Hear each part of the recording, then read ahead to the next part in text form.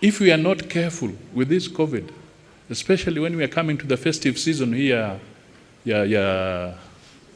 Christmas, my friend, zile mapati ambazo vijana hupenda kwenda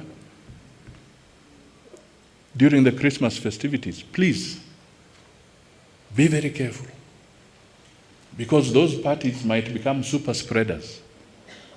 And even when we are beginning to say that the schools might open in January, if this thing hits very badly, we can have serious consequences that can even affect our children beyond the 1 year that has been lost.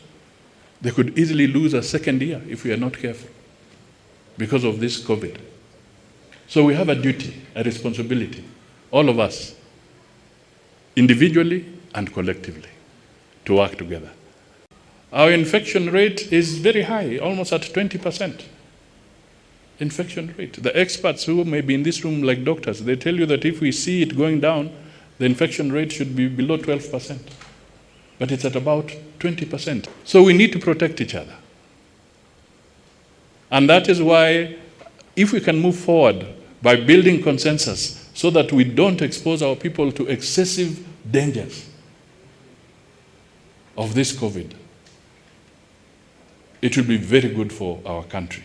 It will even be cost effective for us.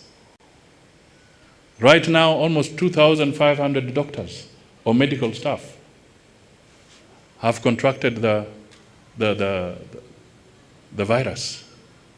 They are lamenting, they need protective gear, they need insurance. Kenya has over 72,000 infections. These are the guys who are on the front line, the doctors and medical staff. They should be supported and encouraged and given what they require so that they can continue to save lives.